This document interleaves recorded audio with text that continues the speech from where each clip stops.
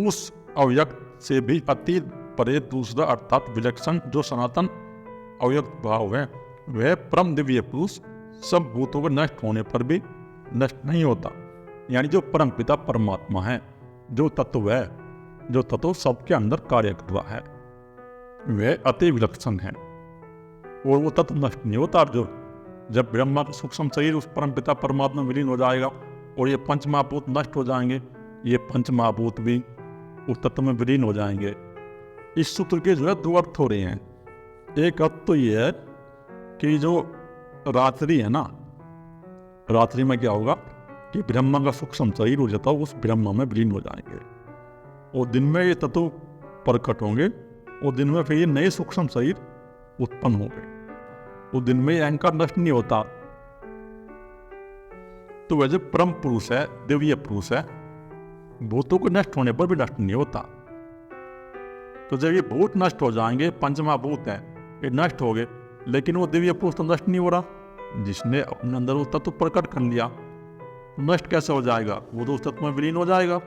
अर्जुन, अगर सभी भूत नष्ट हो जाएंगे, ये पंचमहाभूत नष्ट हो गए और इस पृथ्वी का अस्तित्व खत्म हो गया, या जो अन्य ग्रह हैं उन पर जो है ये जीव नष्ट हो गया, लेकिन जो वो परम पुरुष है जिसने अंदर उस चेतन शक्ति को प्रकट कर लिया है, तो वह नष्ट नहीं होता। लेकिन जो प्रत्येक मनुष्य है उनके अंदर ही अहंकार है, फिर वो अहंकार कहीं किसी दूसरे ग्रह में प्रकट हो जाएगा कि तुम अपनी स्वयं की खोज में लगो और स्वयं की खोज में लग के उस परमपिता परमात्मा का अध्ययन करो और उस तत्व की खोज करो।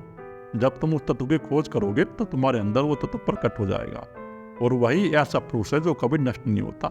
यानी नष्ट होता है हमारा अहंकार, परमपिता परमात्मा प्रकट हो जाएगा तो तुम चाहो तो कितनी ही उम्र जी सकते हो इस शरीर से। क्योंकि ऐसे योगी हुए हैं जो काफ़ी उम्र जी के गए। जैसे अभी एक योगी थे जिनकी उम्र थी 350 साल के लगभग थी, जो पता लगाया गया जो देवरा बाबा थे वो जागे पुरुष थे।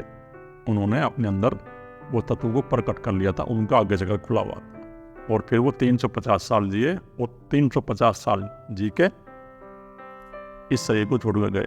लेकिन वो 350 साल तक वहीं रहे। जो बड़े बड़े प्रधानमंत्री थे, राष्ट्रपति थे, इंदिरा गांधी जैसे, राजीव गांधी जैसे, पटेल जैसे, राजेंद्र प्रसाद जैसे, तो सभी उनके पास जाते थे और बड़े बड़े आदमी जाते थे, लेकिन वो किसी से कुछ लेते नहीं थे।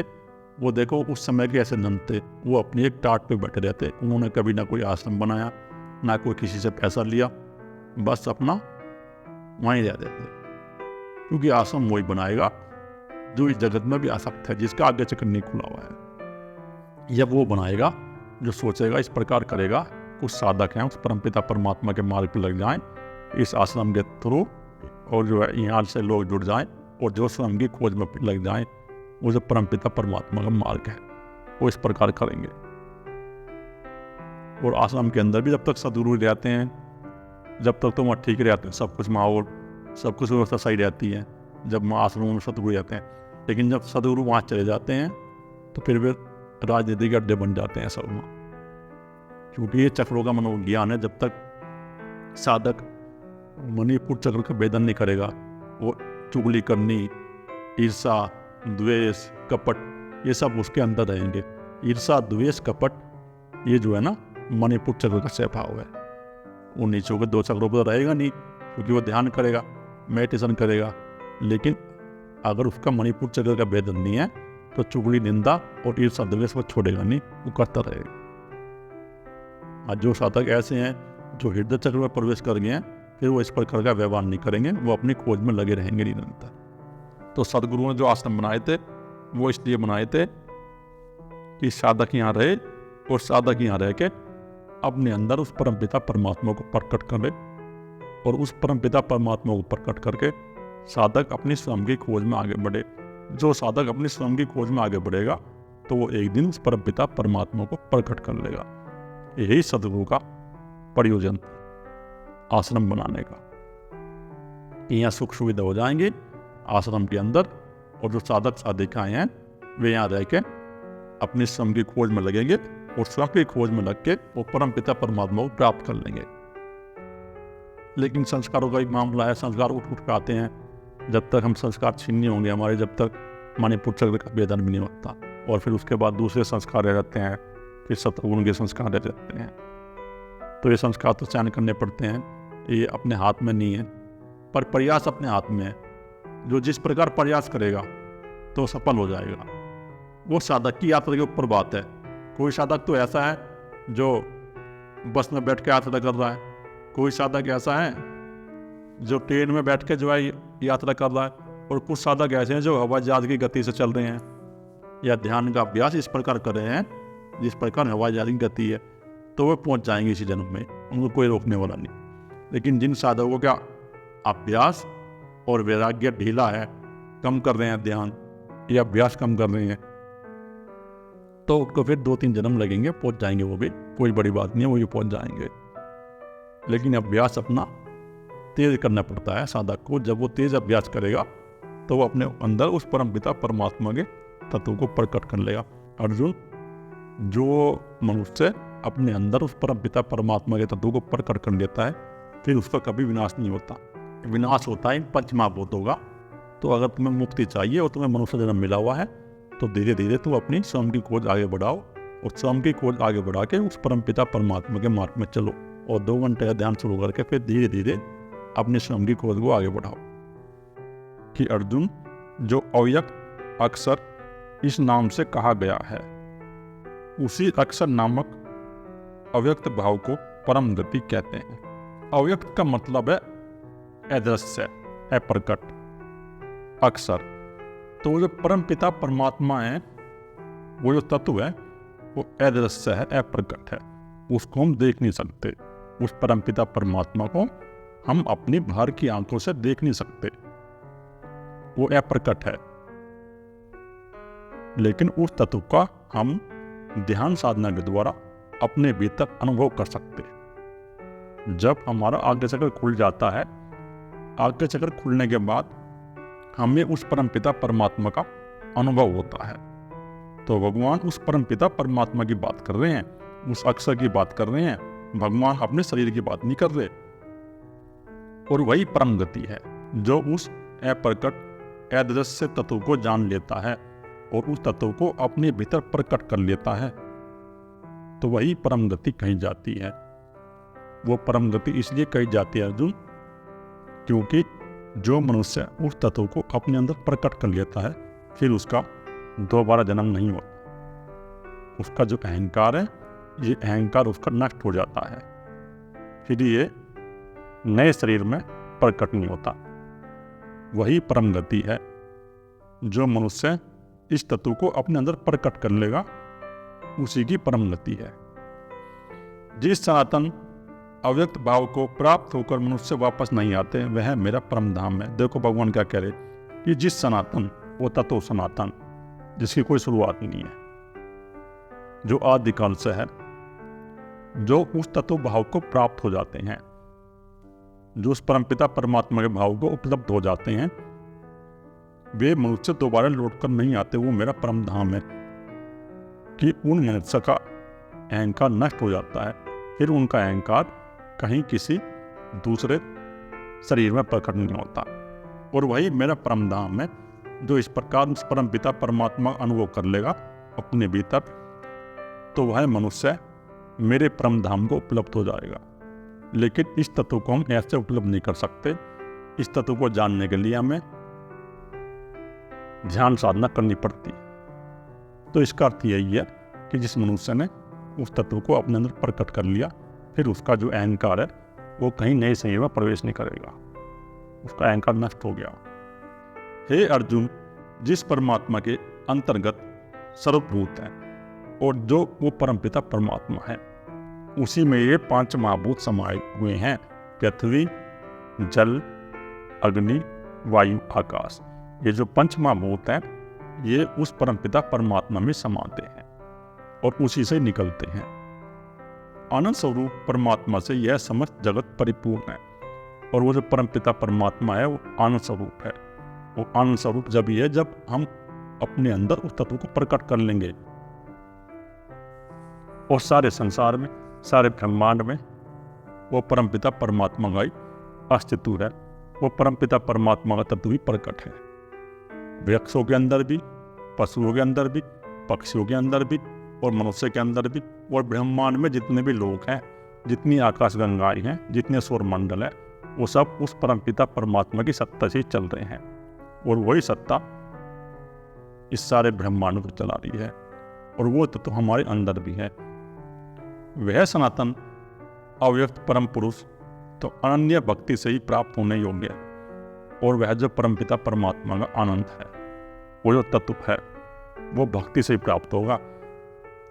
वो इसलिए कह रही है भगवान भक्ति से प्राप्त होगा, क्योंकि चाहे कोई कितना भी ज्ञानी मनुष्य हो, उसको हृदय चक्र में आना पड़ेगा। और हृदय चक्र में हमारे प्रेम है, भक्ति है। तो हमें पहले अपने अंदर उस परमपिता परमात्मा की लगन, प्यास उत्पन्न करनी पड़ेगी। जब हमारे अंदर उस परमपिता परमात्मा को जानने की प्यास उत्पन्न होगी, लगन उत्पन्न होगी, तो हमारे हृदय में प्रेम उत्पन्न होगा, समर्पण उत्पन्न होगा और भक्ति भाव उत्पन्न होगा। और जब हमारे हृदय में भक्ति भाव उत्पन्न होगा, तो फिर हमारी उस परमपिता परमात्मा की खोज शुरू हो जाएगी माँ से, कि वह अनन्य भाव, वह परमपिता परमात्मा भक्ति से ही प्राप्त होता है। तो तुम्हें उस परमपिता परमात्मा की भक्ति करनी पड़ेगी। हे अर्जुन, जिस काल में शरीर त्याग कर गए हुए योगी जन तो वापस न लौटने वाली गति को, और जिस काल में गए हुए वापस लौटने वाली गति को ही प्राप्त होते हैं, उस काल को, अर्थात दोनों मार्गों को मैं कहूँगा। कुछ योगी ऐसे हैं जो साधना करते हैं और ध्यान करते हैं और उस परमपिता परमात्मा को पाने की चेष्टा करते हैं और यत्न करते हैं, तो वह शरीर त्यागने के बाद उस परमपिता परमात्मा को उपलब्ध हो जाते हैं। जिसका आगे से अगर खुल गया तो फिर उसका दोबारा जन्म नहीं होगा, उसका अहंकार यहीं नष्ट हो गया और वो परमपिता परमात्मा को उपलब्ध हो जाएगा। लेकिन जो कुछ ऐसे मनुष्य है जो उस परमपिता परमात्मा को प्राप्त नहीं होते, जो उसके खोज में लगे हुए हैं निरंतर, लेकिन उनको सफलता नहीं मिलती, या जो ऐसे मनुष्य हैं जो इस संसार में जी रहे हैं, तो उनकी क्या गति है और वे कहाँ जाते हैं और काल उनको कहाँ लेके जाता है, ये दोनों मार्ग में आपको अर्जुन बताऊंगा। इन दोनों मार्गों को तुम होशपूर्वक और ध्यानपूर्वक होके सुनना। जिस मार्ग में ज्योतिर्मय अग्नि अभिमानी देवता है, दिन का अभिमानी देवता, शुक्ल पक्ष का अभिमानी देवता और उत्तरायण के 6 महीने का अभिमानी देवता, उस मार्ग में मरकर गए वे ब्रह्मवेत्ता योगीजन उपयुक्त देवताओं द्वारा क्रम से ले जाकर ब्रह्म को प्राप्त होते हैं। जो अपनी स्वयं की खोज करते हैं और स्वयं की खोज करके अपने अंदर उस परमपिता परमात्मा को प्रकट कर लेते हैं, तो फिर वह लौट के नहीं आता। वो तो मैं तुम्हें पहले ही बता रहा था कि जो मनुष्य अपने अंदर उस परमपिता परमात्मा के तत्व को प्रकट कर लेगा और उस तत्व का अनुभव कर लेगा, उस तत्व को जान लेगा जिज्ञासा के द्वारा, भक्ति के द्वारा, प्रेम के द्वारा, या 4 प्रकार के मार्ग हैं, इन मार्गों के द्वारा जो उस परमपिता परमात्मा को अपने अंदर प्रकट कर लेगा, तो देवताओं के द्वारा वो उस परमपिता परमात्मा के धाम को प्राप्त हो जाता है। तो जब हमारे शरीर से प्राण निकल जाएगा, तो फिर जिसका अहंकार नहीं है, तो फिर वह प्रकट कैसे होगा? उसका तो कोई पुनर्जन्म होगा ही नहीं। जो योगी अपने अहंकार को नष्ट कर लेता है, जो उस तत्व को प्रकट कर लेता है, फिर वह योगी देवताओं द्वारा उस ब्रह्म को प्राप्त हो जाता है, जहां से फिर लौटना नहीं होता। तो फिर वो योगी है ना, लौटता नहीं है दोबारा।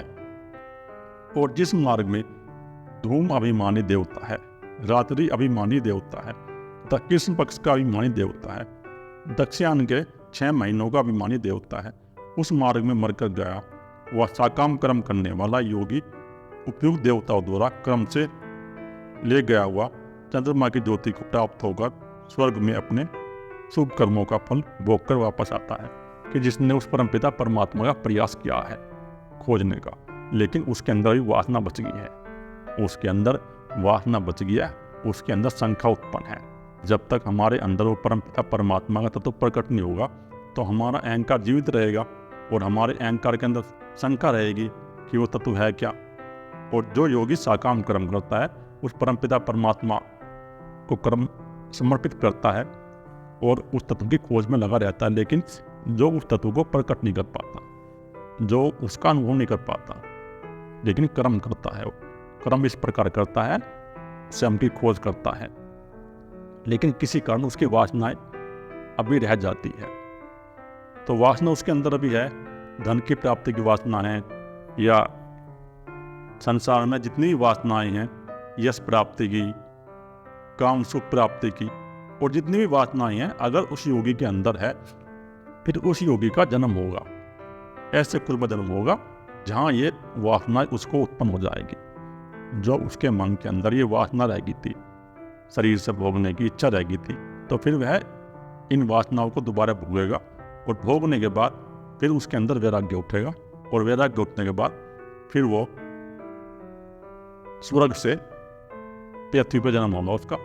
पृथ्वी पर जन्म होकर या कहीं ऐसी जगह जन्म हो जाएगा जहाँ वो उस तत्व को अपने अंदर प्रकट कर लेगा। मनुष्य के रूप में उसका जन्म होगा, और मनुष्य के रूप में वो अपने अंदर उस परम पिता परमात्मा को प्रकट कर लेगा। वे अपने भोग भोग कर वापस आएगा यहाँ, और वापस आके फिर अपनी ध्यान साधना शुरू कर देगा, और कर्म करके फिर वो अपने अंदर उस तत्व की खोज करेगा, प्रयास करेगा, और प्रयास करके 1 या 2 जन्म में उस परम पिता परमात्मा को उपलब्ध हो जाएगा। ऐसा मनुष्य है जो साकाम कर्म करने वाला है, लेकिन जिसके अंदर वासना बच गई है। क्योंकि जगत के ये 2 प्रकार के शुक्ल और कृष्ण अर्थात देवयान और पितृयान मार्ग सनातन माने गए हैं। इनमें एक के द्वारा गया हुआ जिससे वापस नहीं लौटता, उस परम गति को प्राप्त होता है, और दूसरों के द्वारा गया हुआ फिर वापस आता है, अर्थात जन्म मृत्यु प्राप्त होता है। तो भगवान ये कह रहे हैं कि जगत के 2 मार्ग हैं। एक तो पितरों का मार्ग है, पितृयान जो रजोगुणी मनुष्य है। पितृ का मतलब ये है कि जो रजोगुणी मनुष्य है। तो रजोगुणी मनुष्य जो है वो कर्म करते हैं, संसार की भोग्य वस्तु पाने की उनके अंदर इच्छा है, वो अपना जगत में रहेंगे, अपना गृहस्थ जीवन जिएंगे, और गृहस्थ जीवन जी के संसार के भोगों को भोगेंगे या कर्म करेंगे। अगर कोई किसान है तो वो खेती करेगा, कोई बिजनेसमैन है तो वो अपना बिजनेस करेगा, व्यापार करेगा, कोई नौकरी करने वाला है तो नौकरी करेगा। तो जिस प्रकार भी कर्म करेगा, जो रजोगुणी वाले मनुष्य है ना, वो इस संसार की व्यवस्था बनाते हैं, और वही पितृ मार्ग है। जो संसार की व्यवस्था बनाते हैं वो इस संसार को चलाते हैं। जैसे राजनेता हैं और नौकरी कर रहे हैं, व्यापार करने वाले व्यापार कर रहे हैं, और अपनी गृहस्थी बचा के वो अपना गृहस्थी का सुख भोगते हैं, और संसार में धन की प्राप्ति के लिए कर्म करते हैं। वो एक ही कर्म करेंगे कि मुझे धन की प्राप्ति कैसे हो जाए, और संसार में वह अपना यश चाहेंगे, यश की प्राप्ति चाहेंगे, और धन की प्राप्ति चाहेंगे, और काम भोगों की प्राप्ति चाहेंगे। तो इस प्रकार ये रजोगुणी वाले मनुष्य हैं, कि जो इस प्रकार के मनुष्य हैं जिनके अंदर रजोगुण है ना, तो वो मनुष्य को ही प्राप्त होते हैं। उनका फिर दोबारा जन्म होता है मनुष्य लोक में ही, और वो फिर अपना इस संसार की व्यवस्था करने में लगे रहते हैं। तो उन मनुष्यों के लिए आवागमन का मार्ग लगा रहता है। उनका फिर जन्म होगा, फिर मृत्यु होगी।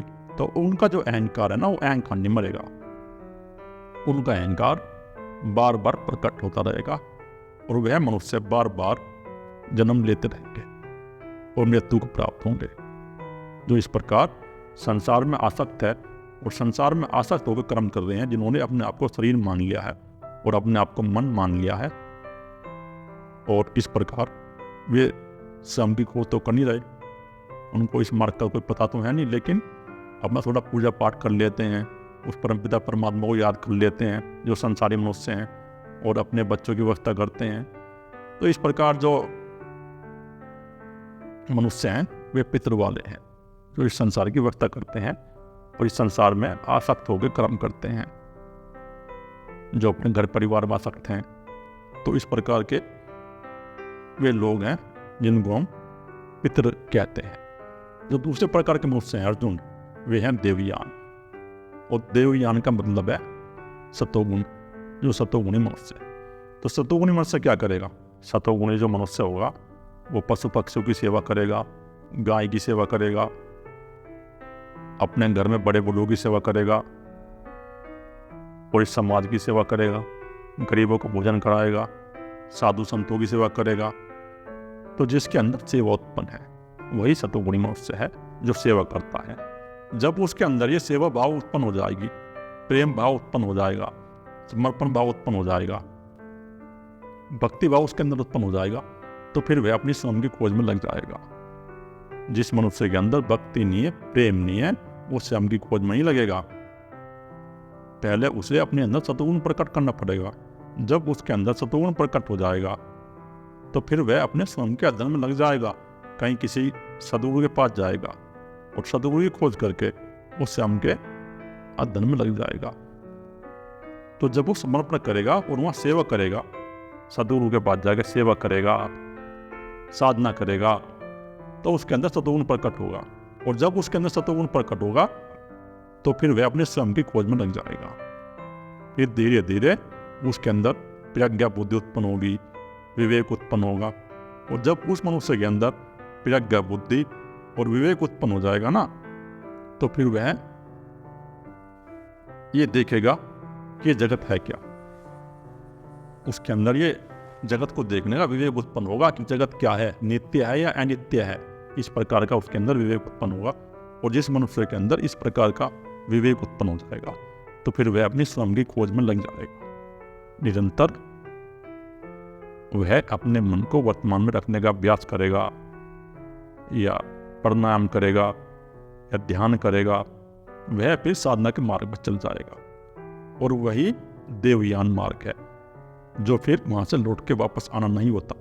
तो उसी कह रहे हैं भगवान कि जो साधक अपने अंदर सतोगुण प्रकट करके देवयान करता है, जो सतोगुणी मनुष्य है, जो साधक सतोगुण अपने अंदर प्रकट कर लेगा और अपनी स्वयं की खोज में लग के अपने अंदर वो परम पिता परमात्मा के तत्व को प्रकट कर लेगा। और प्रकट करके जब वह शरीर छोड़ेगा, तब उसका अहंकार नष्ट हो गया। अहंकार नष्ट होने के बाद उसका शरीर छूट जाएगा, तो फिर वह लौट के नहीं आएगा। भाई लौट के तो हमारा ये अहंकार ही आता है। हमारा जो अहंकार है ना, यही तो बार बार लौट के आता है। इस अहंकार ने तो हमें परेशान कर रखा है। ये जो हमारा जीवात्मा है, और यही हमें संसार में जो है धकेलता रहता है। ये कभी ऊपर जाता है, कभी नीचे, कभी देव, कभी प्रेत।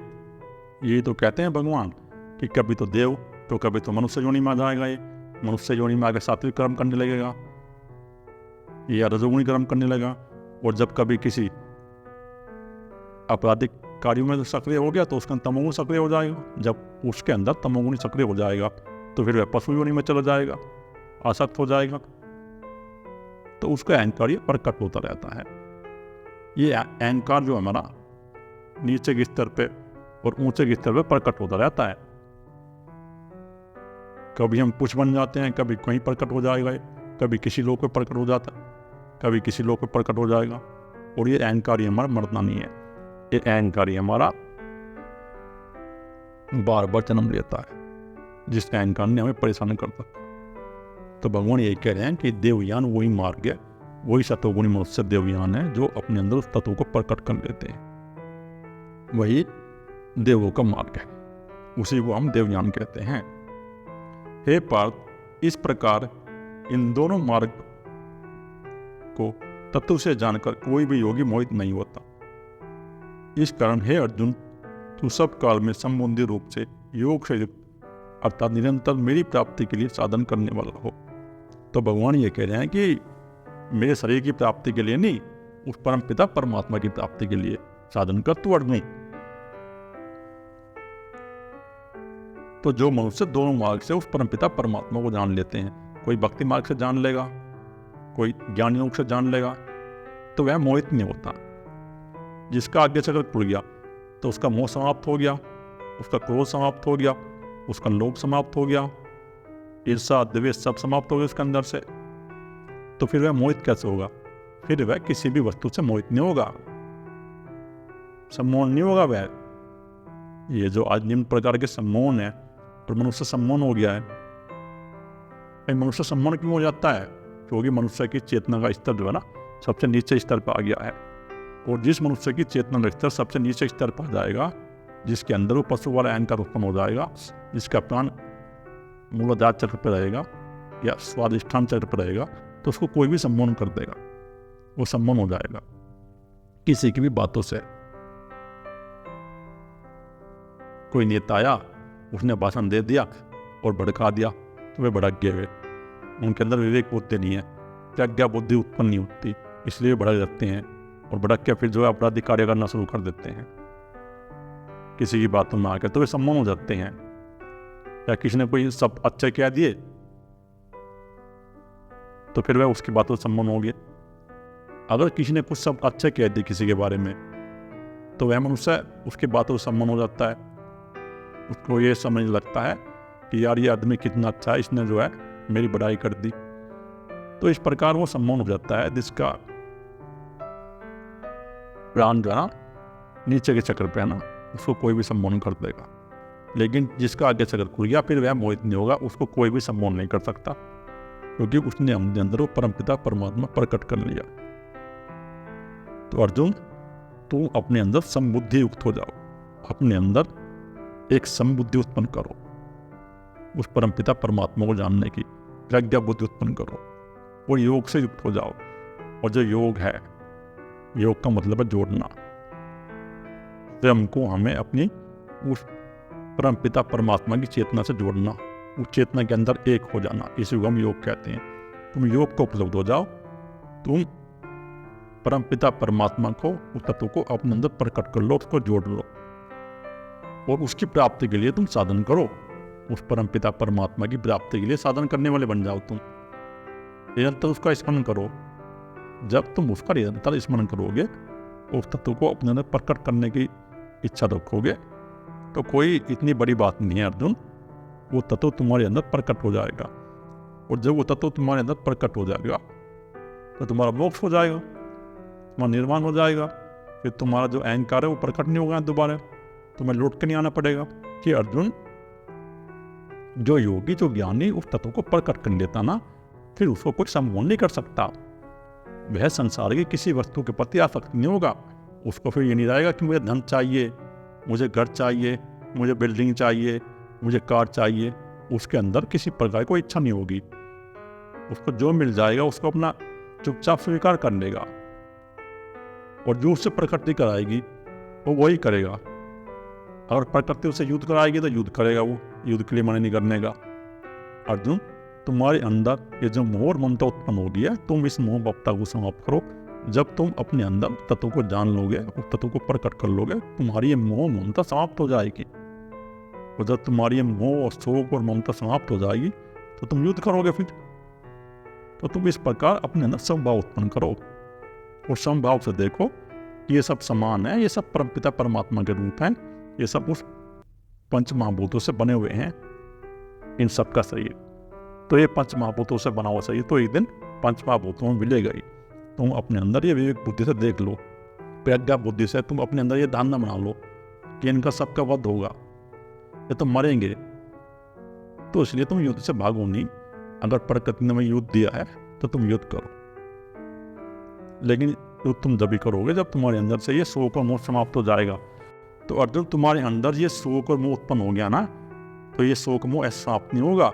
इस शोक मोह को समाप्त करने के लिए तुम्हें उस तत्व को अपने अंदर प्रकट करना पड़ेगा, अनुभव हो जाएगा तुम्हें उसका। तो तुम्हारे ये विषय, विकार, काम, क्रोध, लोभ, ईर्ष्या, द्वेष सब नष्ट हो जाएंगी। योगी पुरुष इस रहस्य को तत्व से जानकर वेदों के पढ़ने में और यज्ञ, तप, दान आदि के करने में पुण्य फल कहा है, उस तत्व को अनुभव कर लेता है। तो फिर उसके लिए वेद का पढ़ना कोई अनिवार्य नहीं है, तप करना कोई अनिवार्य नहीं है, दान करना कोई अनिवार्य नहीं है, क्योंकि ये सतोगुण के लक्षण है। जो सतोगुणी मनुष्य है ना, वे यज्ञ करते हैं, दान करते हैं, तप करते हैं, लेकिन जिसने उस परमपिता परमात्मा का अनुभव कर लिया, उस तत्व को प्रकट कर लिया, तो उसके लिए ना तो फिर कोई वेदों का अध्ययन है, ना यज्ञ है, ना तप है, फिर तप भी नहीं उसके लिए, वह कोई किसी प्रकार का तप भी नहीं करेगा। जो पुण्य फल कहे गए हैं, तो जो संसारी मनुष्य है ना, वो पुण्य फल इस प्रकार प्राप्त करेगा। अगर वो दान करेगा तो दान करने से उसके अंदर सतोगुण प्रकट होगा, वेद पढ़ेगा तो वेद पढ़ने से उसे ज्ञान मिलेगा,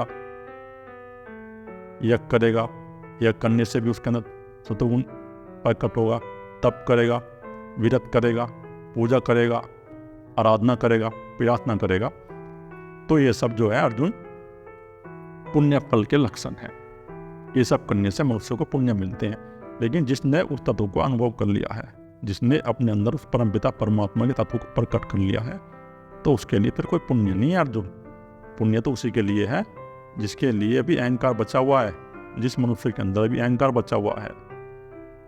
वो सतोगुण का अहंकार उसका, वो सतोगुणी कर्म करने लगा, तो सतोगुणी कर्म करने लगेगा तो सतोगुणी अहंकार उसके अंदर प्रकट हो जाएगा। जो इस प्रकार कर्म करता है ना, उसके अंदर सतोगुण प्रकट हो जाता है, उन सबको निसंदेह उल्लंघन कर जाता है और सनातन परम पद को प्राप्त होता है। फिर उसके लिए कोई पुण्य नहीं है। पुण्य तो उसी के लिए बचेगा जिसका अहंकार है। लेकिन जिसका अहंकार समाप्त हो गया उसके लिए क्या पुण्य? फिर उसके लिए फिर कोई पुण्य नहीं है अर्जुन। जिसका अहंकार समाप्त हो गया फिर वह है ना निसंदेह उल्लंघन कर जाएगा इनका। वो प्रकृति का उल्लंघन कर गया। वो ब्रह्मा के सूक्ष्म शरीर में जो अहंकार था, जो प्रकृति से प्रकट था, वो नष्ट हो गया। और जब वो अहंकार नष्ट हो गया तो उसको वो परम पिता परमात्मा का परम पद प्राप्त हो गया। और जिसको परम पद प्राप्त हो गया उसका मोक्ष हो गया, उसका निर्वाण हो गया। फिर वो दोबारा लौट कर नहीं आएगा। तुम अपने अंदर जिज्ञासा उत्पन्न करो उस तत्व को जानने की, और भक्ति उत्पन्न करो अपने हृदय में। योग युक्त हो जाओ तुम, और योग युक्त हो गए योग प्रयाण हो जाओ। अपने अंदर विवेक बुद्धि करो, और विवेक बुद्धि उत्पन्न करके एक बार अपने मन को वर्तमान में लेके आओ। जब तुम अपने मन को वर्तमान में लेके आ जाओगे ना, तो तुम्हारे मन के अंदर ये जो भूतकाल के विचार उठ रहे हैं, तो भविष्य काल के विचार उठ रहे हैं, तो ये विचार अपने आप ही शांत होना शुरू हो जाएंगे।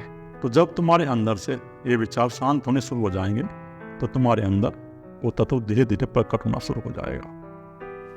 तो परम पिता परमात्मा जब प्रकट होगा तुम्हारे अंदर, जब तुम उसके खोज में आगे बढ़ो। और वही परम पद बताया भगवान ने। भगवान अपने शरीर की बात नहीं कर रहे कि मेरा शरीर परम पद है, वो तुम मेरे शरीर को पूजो। परम पिता परमात्मा का जो परम पद है ना, उसको तुम प्राप्त हो जाओगे जब तुम अपने स्वयं की खोज में लगोगे, स्वयं के अध्ययन में लगोगे।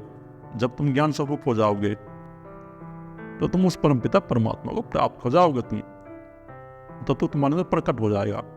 और जब तुम्हारे अंदर तो प्रकट हो जाएगा तो तुम्हारा शोक मोह अहंकार ये सब नष्ट हो जाएंगे। फिर तुम्हें ना दोबारा नहीं आना पड़ेगा यहाँ कि अर्जुन तुम उस तत्व के लिए प्रयास करो और यत्न करो। भाई यत्न तो करना चाहिए। और आज का समाज हमारा डिप्रेशन में जा रहा है, चिंता युक्त हो रहा है, समाज के अंदर रोग बढ़ रहे हैं। तो वे जो रोग बढ़ रहे हैं ना, रोग इसलिए बढ़ रहे हैं क्योंकि मनुष्य जो है ना ध्यान नहीं कर रहा, मेडिटेशन नहीं करना। उसने जो है ना इस संसार में पकड़ बना ली है, इसलिए उसके अंदर ये चिंता उत्पन्न हो रही है। और वह मनुष्य जितना इस संसार से पकड़ बनाएगा, जितना इस धन को पकड़ेगा और प्रॉपर्टी को पकड़ेगा, चिंता नहीं करनी हमें। भाई धन बुरा नहीं है, धन कमाओ, वो मेहनत करो तुम, लेकिन चिंता मत करो धन की प्राप्त होने की। जो तुम्हें धन प्राप्त हो रहा है अपनी कमाई से, चाहे तुम्हारी किसी प्रकार की कमाई हो, तुम कुछ भी काम कर रहे हो, व्यापार कर रहे हो, नौकरी कर रहे हो या खेती कर रहे हो, और किसी भी प्रकार का जो तुम कर्म कर रहे हो, जो उससे कमाई हो रही है, जो पैसा आ रहा ना, उसको तुम स्वीकार कर लो, लेकिन चिंता मत करो। ये तुम्हारे मन के अंदर चिंता चलती है ना, तुम जो रात दिन नोट गिनते रहते हो कि आज इतने इकट्ठे हो गए, आज 4 करोड़ हो गए, आज 10 करोड़ हो गए। जब तुम्हारे अंदर से चिंता बंद हो जाएगी ना, तुम्हारी सभी समस्याओं का समाधान हो जाएगा। जब तुम्हारे शरीर के अंदर ये रोग आ रहे हैं और मन के अंदर रोग आ गए हैं, ये सब नष्ट हो जाने धीरे धीरे। और इस चिंता को समाप्त करने के लिए तुम्हें 1 घंटे का समय निकालना पड़ेगा मेडिटेशन के लिए या ध्यान के लिए।